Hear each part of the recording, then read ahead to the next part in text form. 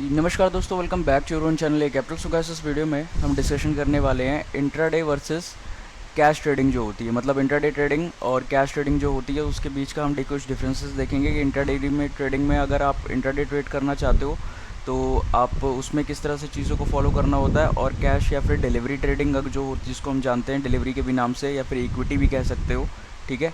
तो उस ट्रेडिंग में क्या डिफरेंसेस होते हैं वो हम डिस्कशन करेंगे। अब देखो, यहाँ पे डिस्कशन जो होगा प्रैक्टिकल डिस्कशन होगा, विद एग्जांपल के साथ होगा। तो ये कुछ स्टॉक्स हैं निफ्टी 50 के टॉप स्टॉक्स जो मैंने यहाँ पे ऐड करके रखे हैं। पॉइंट वाइज हम यहाँ से डिस्कशन करना शुरू करेंगे। पहले मीनिंग, फिर टाइमिंग्स, फिर मार्जिन्स, फिर व्हाट यू शुड नो, और news plus ban list plus एफ&ओ। तो पहला मीनिंग हम देखते हैं। जैसे ये HDFC बैंक का स्टॉक है, मुझे इस स्टॉक को अगर बाय करना है, ठीक है, मैं इस स्टॉक को अगर बाय करना चाहता हूँ तो मुझे यहाँ पे क्या पता होना चाहिए। यहाँ पे मुझे दो चीज़ें दिख रही हैं, एक इंट्राडे है और एक है लॉन्ग टर्म। इंट्राडे MIS लिखा है। इंट्राडे MIS का मतलब होता है मार्जिन इंट्राडे स्क्वायर ऑफ, ठीक है। और लॉन्ग टर्म CNC लिखा है, इसका मतलब होता है कैश एंड कैरी, ठीक है, कैश एंड कैरी। ये देखो यहाँ पे लिख के भी आ रहा है कैश एंड कैरी। तो इंट्राडे में मुझे अगर ट्रेड करना है तो मेरा ऑब्जेक्टिव वहाँ पे ये होता है कि मुझे उसी पर्टिकुलर डे पे, आज 23 मई है, 23 मई को ही मुझे उस स्टॉक को अपने पोर्टफोलियो में ऐड करना है। उसमें मुझे एक पोजीशन बनानी है और उसी पर्टिकुलर डे पे मुझे उस पोजीशन को एग्जिट कर देना है। प्रॉफिट्स या लॉस का टारगेट लेके वो इंट्राडे ट्रेडिंग होती है। मतलब मेरा ऑब्जेक्टिव क्लियर है कि मुझे आज ही पोजीशन बनानी है 23 को, और 23 को ही मुझे उस पोजीशन को कट करना है। आज ही मैं उसको बाय करूँगा, या मैं उसके बाद मैं सेल कर दूँगा, या मैं पहले सेल करता हूँ तो फिर मैं बाद में बाय कर देता हूँ, ठीक है। तो पहले आप सेलिंग भी कर सकते हो, बाद में बाय कर सकते हो, पहले बाइंग भी कर सकते हो, बाद में सेलिंग भी कर सकते हो। इतना बेसिक शायद आई होप आपको पता होगा। तो एक पर्टिकुलर डे में जो शेयर्स की बाइंग और सेलिंग होती है वो इंट्राडे ट्रेडिंग में आता है। वहीं अगर मैं लॉन्ग टर्म स्टॉक को होल्ड करना चाहता हूँ तो देखो, इस स्टॉक को होल्ड करने के लिए इसका प्राइस चल रहा है 1459.20। मुझे इस स्टॉक का एक स्टॉक होल्ड करने के लिए 1460 रुपये लगभग अपने बैंक अकाउंट, अपने ट्रेडिंग अकाउंट में चाहिए। अगर वो मेरे ट्रेडिंग अकाउंट में अवेलेबल है तो इसका एक स्टॉक जो है बाय हो जाएगा। लॉन्ग टर्म में जो ऑब्जेक्टिव होता है वो ये होता है कि आप उस स्टॉक को कितने भी लंबे टाइम के लिए होल्ड कर सकते हो। 1 घंटे के लिए भी, 1 दिन के लिए भी, 1 वीक के लिए भी, 1 महीने के लिए भी, 1 साल के लिए भी, या फिर लाइफ टाइम के लिए भी, ठीक है। उसके डिविडेंड्स आपको मिलते रहेंगे। लाइफ टाइम होल्ड कर लोगे तो बहुत लंबे टाइम तक जो उसका डिविडेंड पे आउट साइकिल के पहले जो वो शेयर होल्डर लिस्ट आती है उसमें आपका नाम होगा तो आपको वो डिविडेंड मिलता रहेगा। लाइफ टाइम अगर किसी स्टॉक को होल्ड करना है तो उसको कहते हैं बेसिकली, अगर सिंपली कहें, इन्वेस्टमेंट।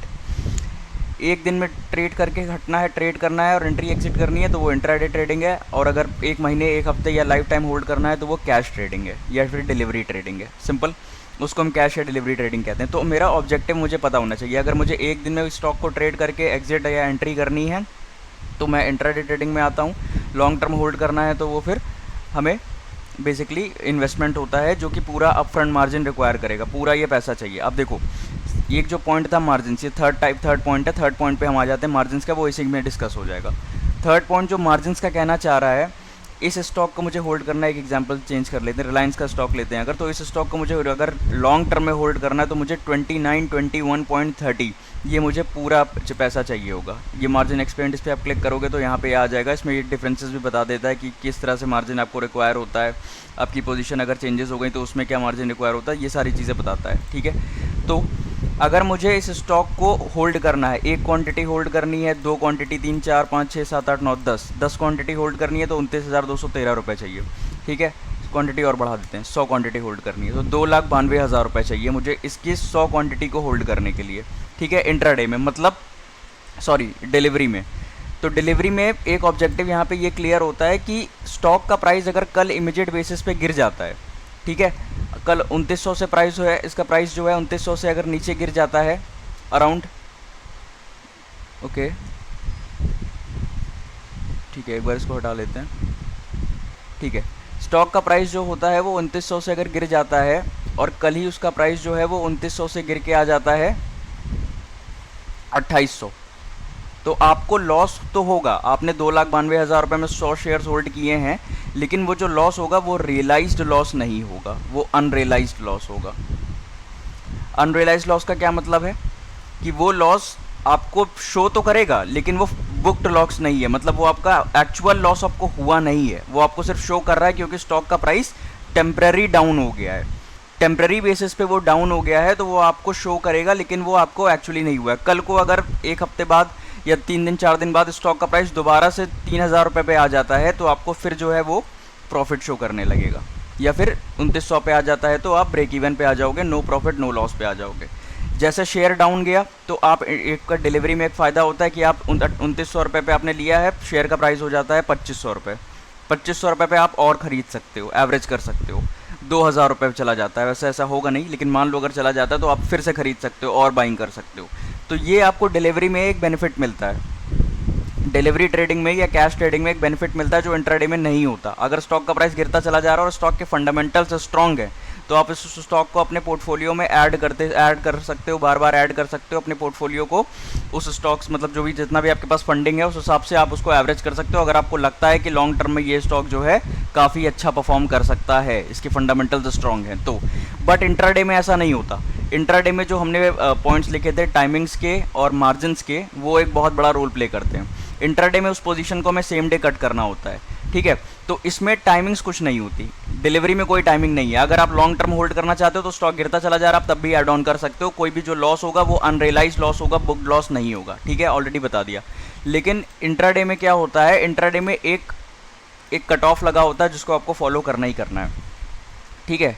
इंट्राडे ट्रेडिंग में कट ऑफ लगा होता है। स्टॉक्स में अगर आप ट्रेड करते हो तब भी, ऑप्शंस में ट्रेड करते हो तब भी, फ्यूचर्स में ट्रेड करते हो तब भी। अगर आपका मार्जिन ऑर्डर टाइप MIS है, ठीक है, तो उसमें एक टाइमिंग्स का जो हम पॉइंट डिस्कशन हम कर रहे थे वो एक कट ऑफ टाइमिंग लिखी होती है 3:15 की, ठीक है।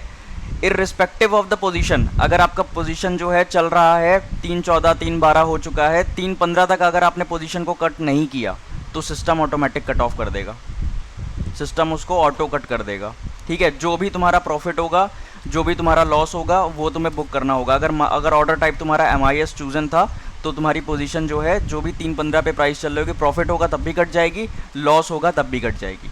तो इसमें हमें ये ऑप्शन नहीं मिलता, इसीलिए इसका नाम ही इंट्राडे है। एक ही दिन में करो और एक ही दिन में ख़त्म करो, अगले दिन के लिए आप कैरी फॉरवर्ड नहीं कर सकते हो।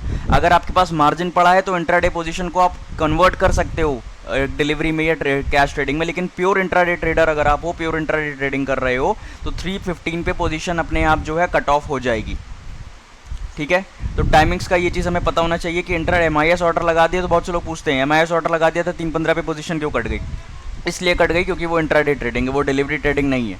डिलीवरी ट्रेडिंग करने के लिए तुम्हारे पास तुमको फुल मार्जिन देना होगा, ठीक है। इस स्टॉक के अगर आपको 100 क्वांटिटी अगर आपको डिलीवरी में ट्रेड करनी है तो 2,92,000 रुपये का मार्जिन चाहिए, जो कि अच्छा खासा बड़ा मार्जिन है। लेकिन वहीं अगर मैं इसको इंट्राडे पे क्लिक कर देता हूं, जो हमारा थर्ड पॉइंट था मार्जिन वाला पॉइंट, तो देखो सिर्फ 58,426 रुपये का मार्जिन चाहिए। दैट मीन्स अगर आप 2,92,000 को, ठीक है, अगर आप 2,92,000 रुपये को बेसिकली 5 से डिवाइड कर दोगे, 5x का मार्जिन अलाउड है इंट्राडे मतलब इंडियन मार्केट्स में, तो वो आएगा नियरली 58,000 रुपये के आसपास। तो वही डिफरेंस यहाँ पे दिखा रहा है, ठीक है। 58,000 रुपीज़ का जो आपको मार्जिन है वो आपको पे करना पड़ेगा अगर आप इसमें इंट्राडे ट्रेडिंग करना चाहते हो रिलायंस के स्टॉक में। अब ये स्टॉक अगर 100 रुपये का आपने 100 क्वांटिटी ली, यहाँ से 30 पॉइंट ऊपर चला गया तो आपको 3,000 का सेम डे प्रॉफिट हो जाएगा 58,000 का कैपिटल लगा के, ठीक है। लेकिन अगर ये स्टॉक उसी दिन नीचे भी जाने लगा तो आपको लॉस भी बुक करना होगा, क्योंकि आपने MIS ऑर्डर लगाया हुआ है। या तो आपको कन्वर्ट करने के लिए आपके ट्रेडिंग अकाउंट में उतना पैसा पड़ा हो, 3-4 लाख रुपए का मार्जिन, तब आप कन्वर्ट कर सकते हो, ठीक है।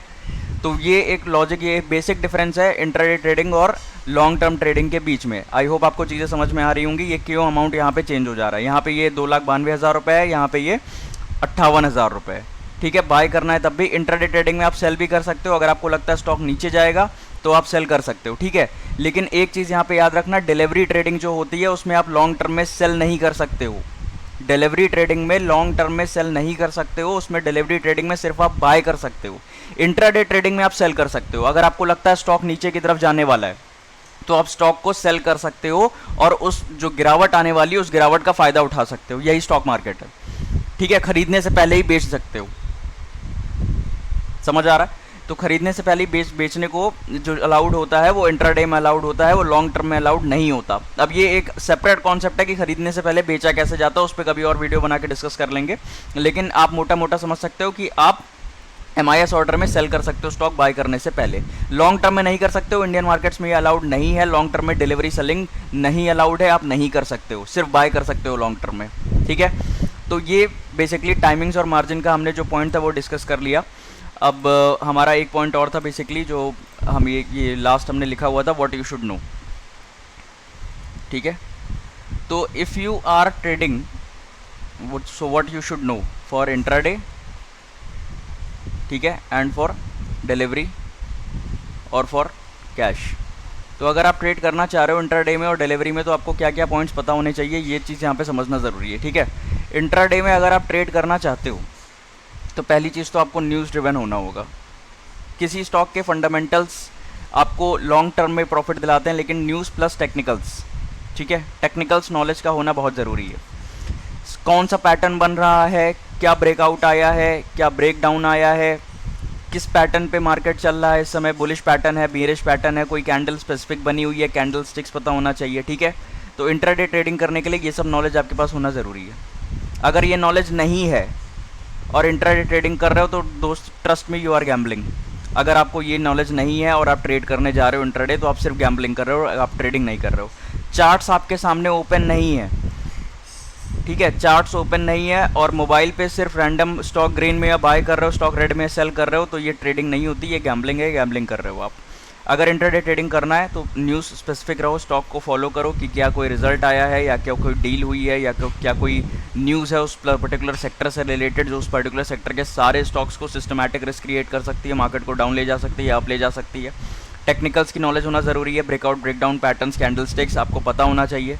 ठीक है, ये प्रॉपरली आप या तो कहीं से लर्न करो, किसी मेंटर को ढूंढो या खुद से ढूंढो, विरोधाभासिटी से रीड करो कि क्या पैटर्न है, क्या टेक्निकल्स बन रहे हैं।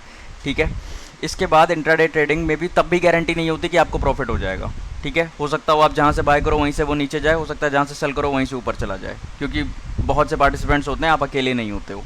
ठीक है, ऐसा नहीं है कि प्रॉफिट नहीं हो सकता आपको, लेकिन एक बात बताई जा रही है कि कुछ भी हो सकता है। ठीक है, हो सकता है कि उसमें उस समय बहुत अप मूव आ जाए, फिर डाउन मूव आ जाए, तो आपका एसएल लेके चला जाए, फिर वो नीचे आ जाए। तो ये रिस्क होते हैं इंट्राडे ट्रेडिंग के, जो आपको पता होना चाहिए। ऐसा नहीं कि आप ट्रेड करोगे तो लॉस ही हो जाएगा, लेकिन ये जो रिस्क होते हैं उसका आपको अवेयरनेस होनी चाहिए। कभी कभी स्टॉक बहुत तेज़ी से ऊपर जाएगा, फिर अचानक से नीचे आ जाएगा, तो डिलीवरी वालों को फ़र्क नहीं पड़ेगा, लेकिन इंट्राडे वालों को उतने में बहुत ज़्यादा फर्क पड़ जाएगा। उनका एसएल उड़ जाएगा, एसएल कट कर देगा मार्केट वहीं पे, या आप बाय करे रहोगे, नीचे जाएगा, फिर ऊपर आ जाएगा, एसएल उड़ जाएगा। ठीक है, तो ये होता है, ये मैंने जितना चार्ट्स मैंने ऑब्जर्व किए हैं, ये रिलायंस में भी होता है, एचडीएफसी बैंक में भी होता है, अल्ट्राटेक सीमेंट में भी होता है, एचडीएफसी में भी होता है, सारे आईसीआईसीआई में भी होता है, सारे स्टॉक्स में होता है। ठीक है, डिलीवरी में आपको इन सब चीज़ों से फ़र्क नहीं पड़ेगा, क्योंकि आप लॉन्ग टर्म ट्रेडर हो, छोटे छोटे स्टॉक्स जो है आपको, तो ये सब कुछ प्लस पॉइंट्स हैं डिलीवरी के, जो आपको फ़ायदा मिलता है। इंट्राडे ट्रेडिंग के लिए इतनी सब नॉलेज होनी चाहिए। डिलीवरी के लिए आपको फंडामेंटल्स पता होने चाहिए कि कंपनी फंडामेंटल्स कैसी है।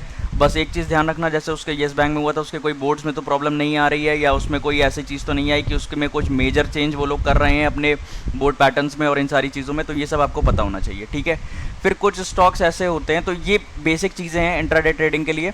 अब इसमें एक बहुत इंपॉर्टेंट एलिमेंट होता है बीटा का।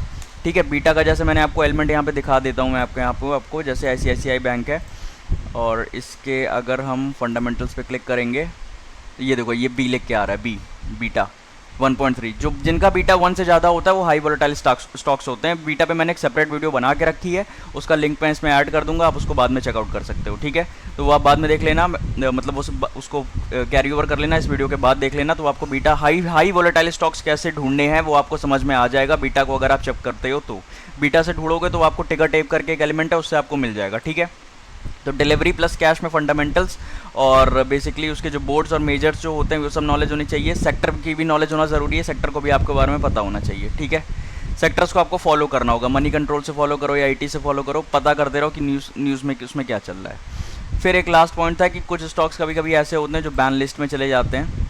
ठीक है, जैसे ये चेक करोगे तो ये बैन लिस्ट स्टॉक है, कोई कॉन्ट्रैक्ट्स होंगे जो एफएनओ बैन में होते हैं, MWPL market wise position limit से, तो उसमें भी ट्रेडिंग अलाउड नहीं होती है। तो मे बी इस स्टॉक में कुछ स्टॉक्स ऐसे भी हो सकते हैं जिसमें आप डिलीवरी ट्रेड कर सकते हो। हालांकि बड़े स्टॉक्स में ऐसा नहीं होता, छोटे मोटे स्टॉक्स में होता है, लेकिन जिसमें आप इंट्राडे ट्रेड नहीं कर सकते हो।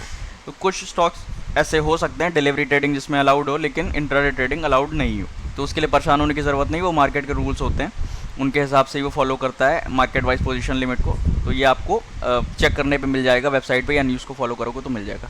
सो गाइज, ये जो वीडियो था, I hope this make sense to you, जो पॉइंट्स हमने डिस्कस किए इंट्राडे वर्सेस कैश।